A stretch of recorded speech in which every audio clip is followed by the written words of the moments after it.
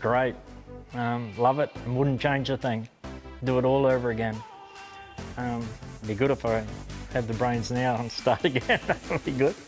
I'd be Australian champion, I think. But yeah, nah, it's a passion. I love it.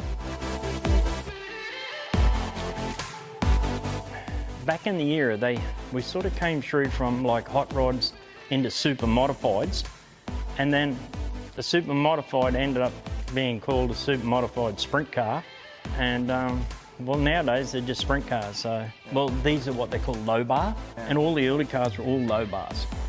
I had heaps of low bar cars right up to 96. The cars have evolved. Tyres, I think, have changed. Setup, we always get good feedback from Americans. Yeah, so it gets passed down. Like once upon a time, if you went back 20 years ago, there was certain people were just the winners all the time, but nowadays you can't pick it. All the young guys all have good cars. They're all late model. The setups are all good. Shock absorber technology, the tyres, yeah, it's all the wings. Getting down to a fine art, and for a car with a I-beam axle, you most will say, like it's from ancient history, the cars go very quick. It's just a passion. Once you drive an open wheeler, and these engines at the moment have 600 horsepower, but I come from the early days where we probably started off in the 70s with 350, 400 horsepower. And then as time went on, the 80s and 90s, we were up to 600. Very similar to these engines now, what they make.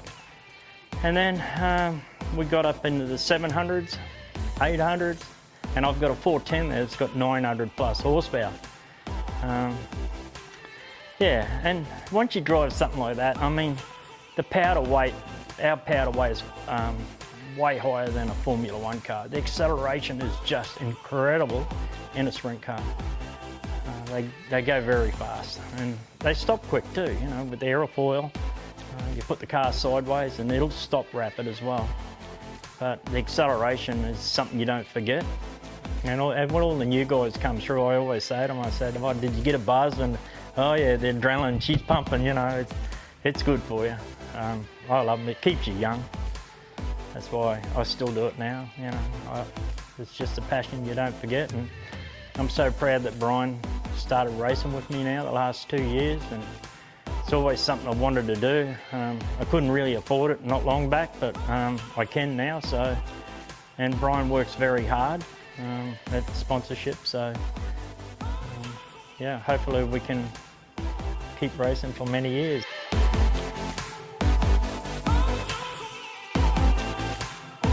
'88, I won the Island Holden Classic. That was a great thing to do. Trudy Johnson, yeah, she was a model. Yeah, you can see I'm pretty slim there too. That was out Palm Cove. They were beautiful shots. It was the biggest meeting of the year in sprint cars. Yeah, they were good days, and we'd bring people up from Sydney. Sometimes we'd have the Sydney guys here would bring their cars up early in the year and we'd fly them back and forth. 1 year, I remember our treasurer was Ray Marshall, and Ray Marshall was president, and Max Bennett was treasurer. 1 year, the club, we raised $33,000 just in airfares to bring the guys back and forth. Yeah, oh, it was just a big thing. The place was packed, and yeah, they were good memories.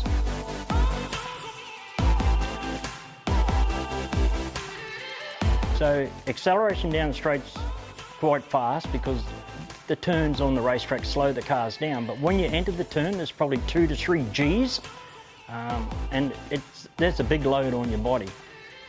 Nowadays, compared to the early days, we have containment seats, they call them. Containment seats hold your body, rib breakers, hips, shoulders, and head. Plus, on the helmet, there's a harness device. That's when you roll over, keeps your head part of your body, stops head extension. We've got arm restraints to hold your arms in so they don't go out if you're unconscious when you're rolling. I can tell you different things over the years.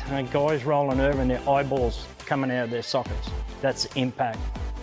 So, yeah.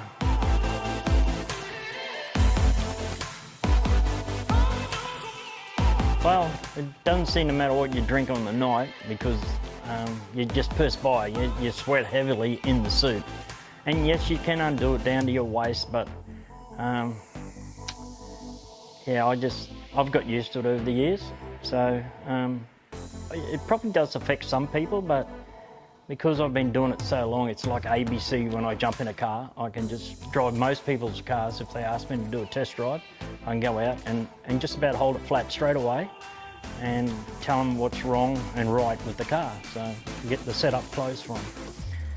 Yeah, well, the races are only like, you're probably in the car 5 minutes max on the heats, but the heat that's coming off the engine, we're sitting right behind the engine.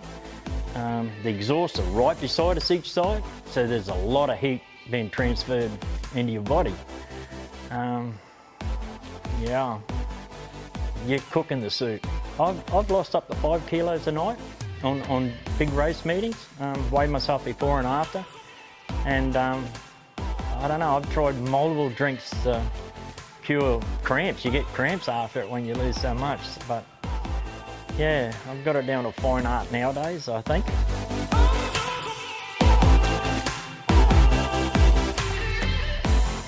I never stopped racing, but Cairns, we couldn't get numbers. The 410 class is very expensive, and hence the reason why the LS class is booming. I think we've got 22 cars now in Cairns. There'll be 15 minimum on most nights. A 410 engine is anywhere between 92,000 and 98,000.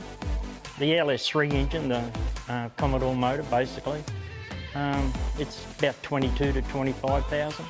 So there's a big difference in price. And what's more, the 410 is very expensive to maintain.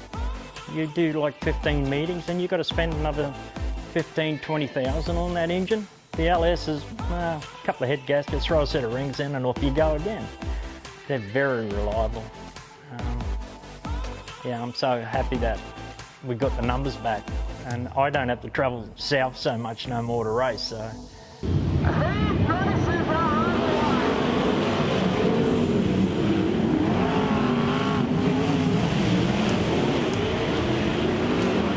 Because I'd go down to Brisbane, I'd do 6 months down there and run the tracks that the club were doing. And in 2017-18, I went down to Parramatta, the old track. Now Eastern Creek is up and running now, but I actually got to race at the old track. And I was so proud of it. On the Scott Daly Challenge on the second night, I time trialled 10th, but there were 75 sprint cars there. And 10, 15 of them were Americans, so I felt pretty good. But I crashed and rolled there, of course, you know, I did everything else. But yeah, that was a good adventure.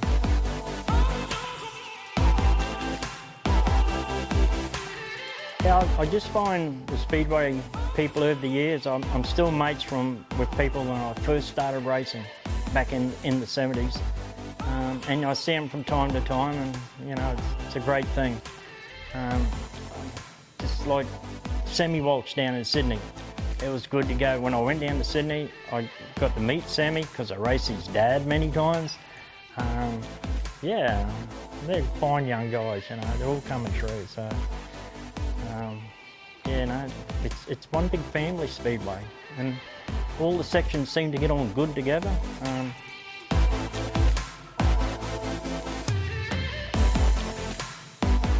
No, Dad never raced. Never raced. I wanted him to jump in the race car, and I asked him many times, but he never did. But a few times he told my brother when Shane was racing back in the 70s and 80s, early 80s, we had a few drinks on a Friday night. And the next night we weren't feeling too good, and Dad made a rule: you guys will not drink the week before. Week? Yeah. The whole week? Yeah, well, it was definitely the Friday night at the time, but for many years I made it the week before myself, just to dry out. And well, not that we get drunk or nothing, but I'm just saying, just so you were switched on. Yeah, yeah, you got to have good reaction time. And I still think I'm good at that, so I've lost nothing that way.